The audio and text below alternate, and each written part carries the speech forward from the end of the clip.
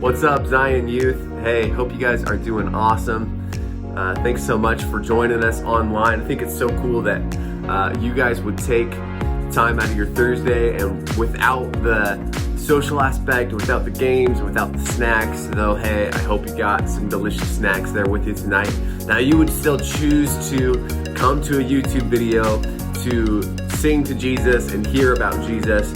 I think it's super, super cool that you guys are making that choice. So thanks so much for joining us tonight. I just want to give a couple of quick announcements. First one being, do not miss our Sunday's live stream this Sunday. We have Pastor Tom Crandall. He's the director of Young Saints, Bethel Church's youth ministry. It's going to be an awesome time. He's a powerful preacher. He's a powerful person. So he's going to come and bring the word for us. So do not miss our live stream this Sunday. It's going to be awesome. Other thing is, we're online tonight. We're also going to be online next week. Week after that is Thanksgiving, so we are aiming at coming back the very first Thursday of December. Is when we're hoping to be back in person, but this week and next week we'll still be online. Thanksgiving we're off, and then do not miss our Christmas party on December 17th. You guys, I have been to a lot of youth group Christmas parties. I have been to a lot of youth group parties, and I honestly think this one might top them all. So don't miss it. It's going to be a ton of fun. It's going to be a blast. Tonight, what we're going to do is we're going to have a time of worship. We're just going to sing some praises to Jesus, and then I have a word that I'm really excited about to just encourage us in our lives, and to just readjust kind of maybe how we're seeing God and how we're seeing Jesus during this time. And I believe that God wants to do something powerful in your heart tonight if you press in. So can I encourage you right off the bat, can we just jump in full throttle, foot on the gas? I would encourage you to put this up on your TV, get it loud, get it on a speaker, jump right into worship, stand up, lift your hands just like you would if we were here in person, and let's go for it and worship Jesus together. Come on.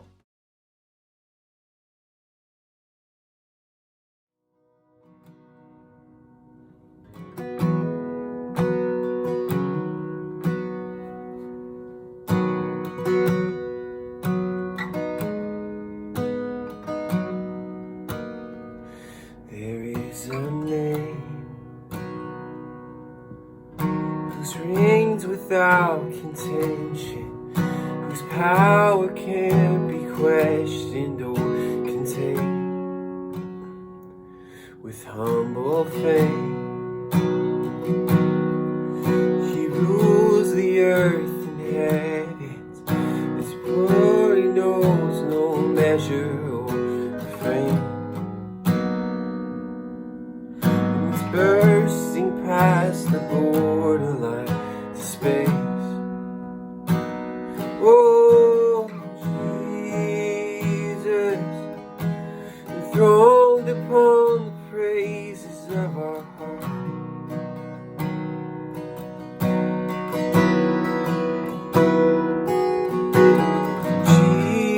Jesus, you're the King and you're the center of it all.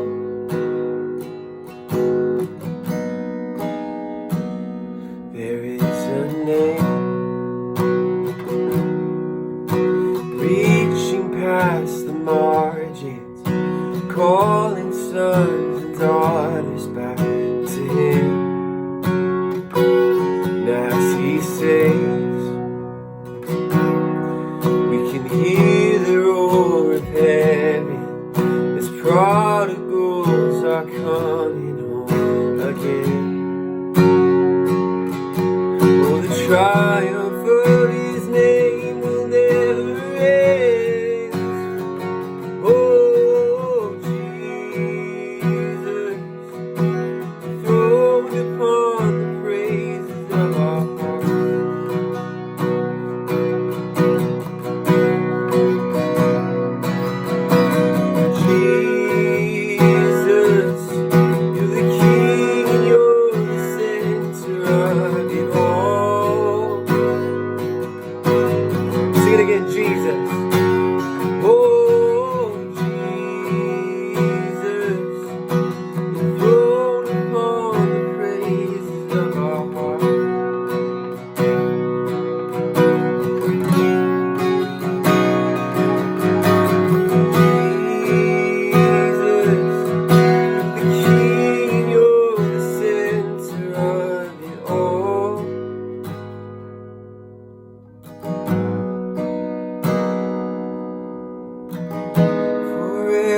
every eye will see, and every heart will know there is no name above the name of Jesus. Death could not hold him down, no grave could keep him bound. All sin and sickness bow to the name of Jesus.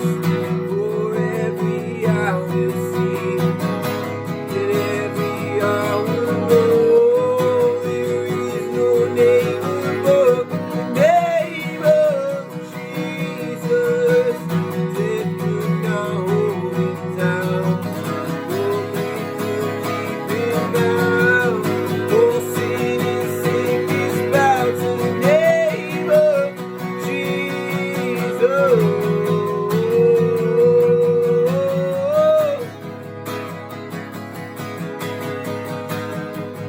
Oh, it all bows to your name, Jesus, throned upon the praises of our hearts.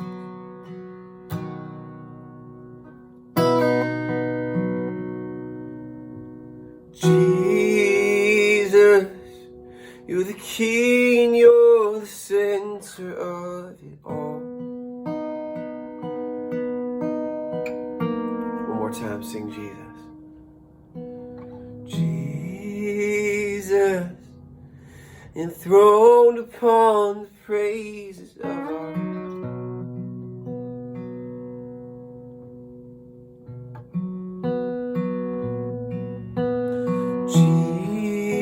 Jesus, you're the king and you're the center of it all.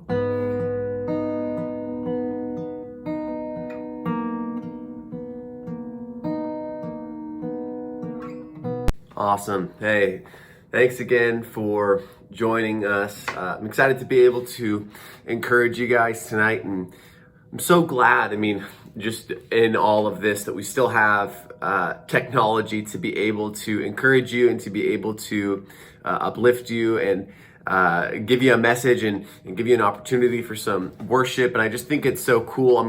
For all the times for a global pandemic to happen, it's pretty awesome that we still have this medium, we still have this way to connect with you and this way to interact and get to talk, and we're so glad that you guys are here. And today I just kind of want to remind us just how amazing God is. Like, I want to remind us how incredible Jesus is, because he is awesome. He is incredible. And when I was praying about what to share with you guys, I just heard this phrase, a God unshakable. A God unshakable. If you're taking notes tonight, the title of my message is A God Unshakable. And often it can feel like things in life are kind of shaken. It feels like things in life can be weird and messy and difficult, but God is never shaken. In 2020, God is not shaken. In the middle of a pandemic, God is not shaken. In the middle of everything being moved online and people being quarantined and COVID numbers spiking and then declining and spiking and then declining, and things seeming like they're kind of normal and then suddenly they're not normal again, and God, throughout all of it, isn't shaken. And I think the best way to think about it is that if you think that something has the ability to shake God, then you're actually believing that something is bigger than God. If you think that something actually has the ability to shake him, then you believe that something is bigger than him. Do you remember, like, when you were a kid, you would encounter problems that now we would just not even consider problems? I was listening to this comedian who was talking about kids when they lose their balloons. And he was watching these, I think he was saying he was at like a fairground or a theme park or something, and this parent and their kid were walking, and the kid let go of their balloon. The balloon flew away, and the kid's crying and freaking out, and the parent's like, hey, chill, like it's just a balloon, like it's not that big of a deal. And the comedian was saying, well, to the kid, it's a pretty big deal. I mean, imagine if you pulled your wallet out and your wallet just started flying away. You'd be flipping out. But us or maybe you're a big balloon fanatic, but I'll speak for myself. If I had a balloon and I let go of it, I would say, oh, that's a bummer. But it wouldn't, 2 hours later, I'm not thinking about that balloon. I'm not even having one single thought. And if you're like me, it's kind of almost fun to watch the balloon fly further and further away and go way up into the sky. So, but the thing that changes is that you get above what that problem is. So maybe when I was a kid and I let go of my balloon, that was a big problem. But now that I am an adult, losing a balloon is not really that big of a deal to me. All of these things in our lives, as big as they may seem, are like losing a balloon to God. He's so high above all of our problems. He's so high above everything going on in this earth. In Ephesians 4:6, it says, there is one God who is above all, he is in all, and he is through all. God is above. He's above it all. He's above everything on this earth. He's above every problem. He's above every good thing. He's above every success, every failure, every relationship, every broken heart. He's above everything. But God has this incredible ability to be so high above everything and still care so personally about you.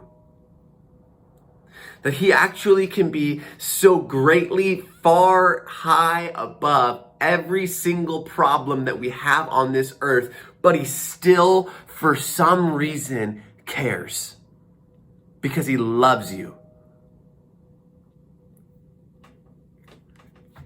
You know, as a parent, my kids can encounter certain things that I'm well aware are beneath me, but I still will care because it's causing them a problem. Like that comedian was talking about, hey parent, lighten up. Your kid just lost their balloon. It's a big deal to them. Make it a big deal to you. God is incredible at this, like he is at everything. God has an amazing ability to care so deeply about the problems that you're facing while simultaneously not being even a little bit worried about it. If you would grab a Bible with me tonight, we are gonna read this passage of scripture, and it's gonna go a whole lot better if you read it. It's not a lot, but there is a lot going on in it. This is gonna be in Ephesians chapter 1. If you're watching this on your phone tonight and your phone is your only Bible, don't worry about it. I'm going to read it slow, but I know for me, when I actually am reading the text, especially when it's something that's a little bit more, and Ephesians kind of, especially the beginning of Ephesians, is pretty like lofty, and Paul's talking about these big concepts and trying to kind of break your brain a little bit, and he succeeds because it's a little bit like, whoa, that is a trip, that is craziness. So kind of the fly over the context of what's happened so far. We're only 19 verses into the book, but Paul's writing this letter to the church in Ephesus. And at the beginning of the letter, he's basically kind of giving a pat on the back. Hey guys, way to remain faithful, way to stay true to God. And remember what Paul would do. We've talked about this a couple of times, but Paul would go to a city, he would plant a church, he would raise up a pastor, he would put the pastor over the church, and then he would leave and he would go plant another church.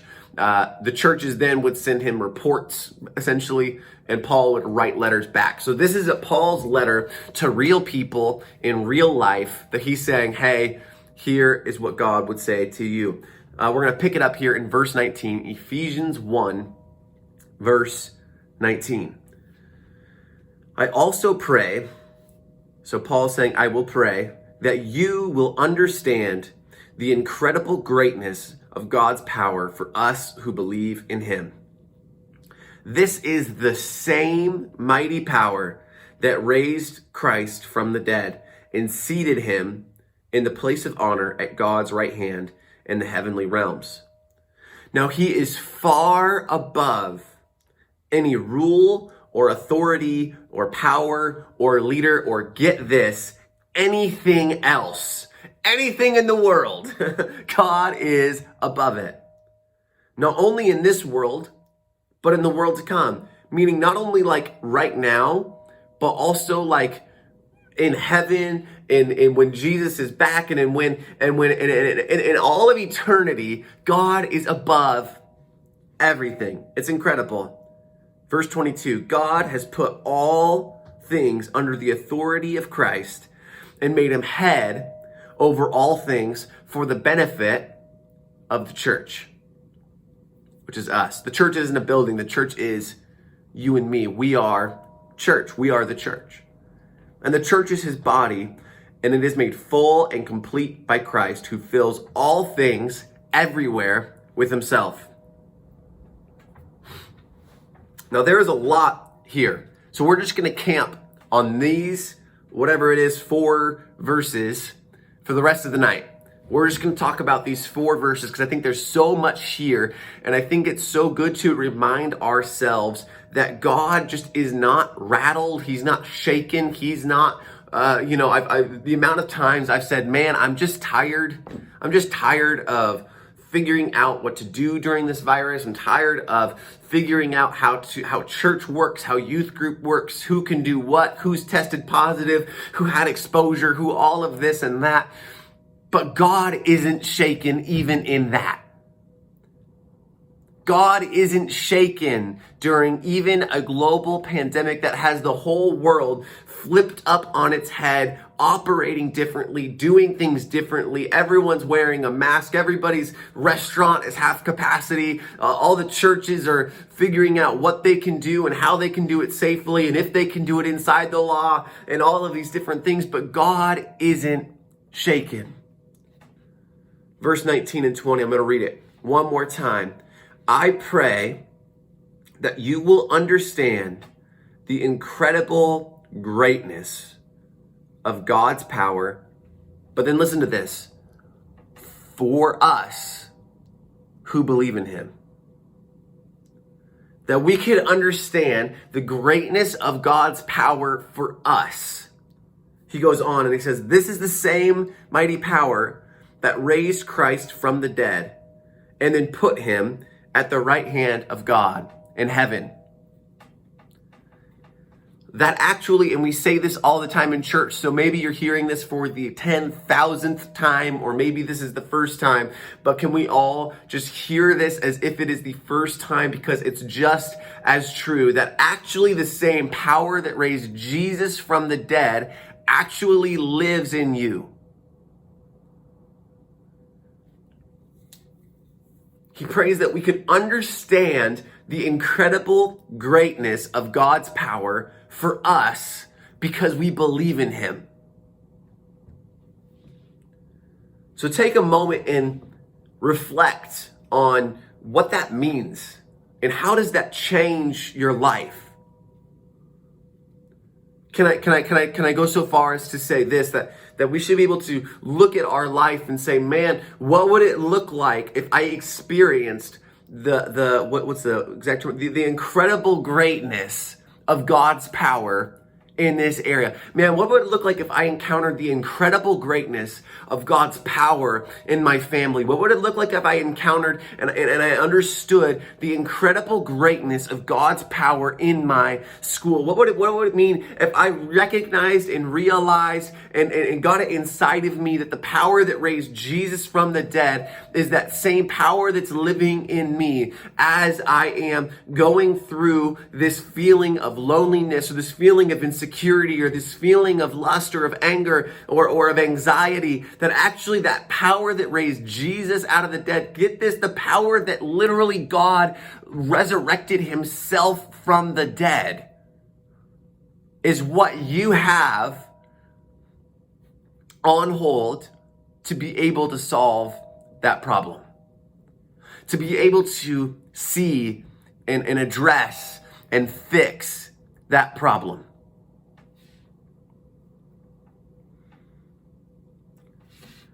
Now, you might be saying, but what? Okay, that's all well and good. That's all great, sweet, Paul. I'm really glad that you are saying these things. But the issue is that I'm still experiencing this problem.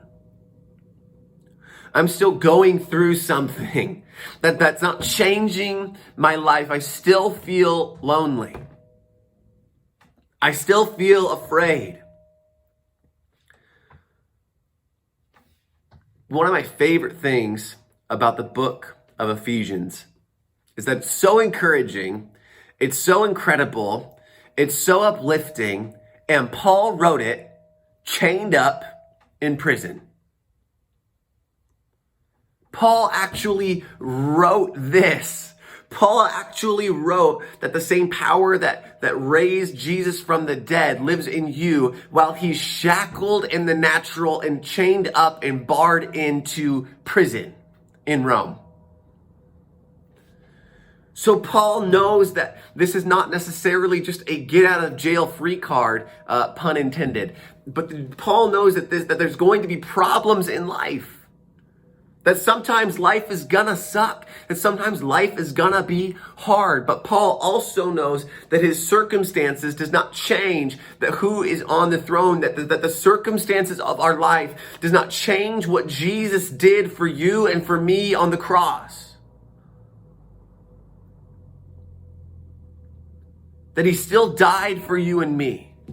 That we still have access to that power that raised him from the dead every single day, and your circumstances may be difficult, but the amazing thing is you do not have to go it alone.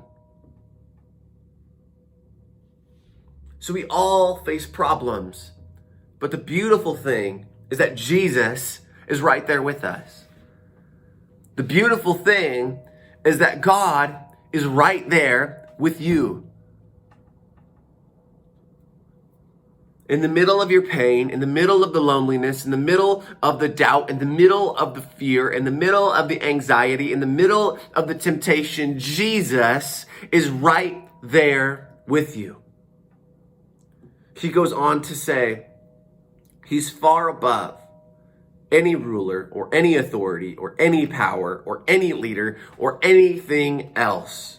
Not just in this world, but in the world to come. God has put all things under the authority of Christ and has made him head over all things for the benefit of the church. Christ has authority over everything.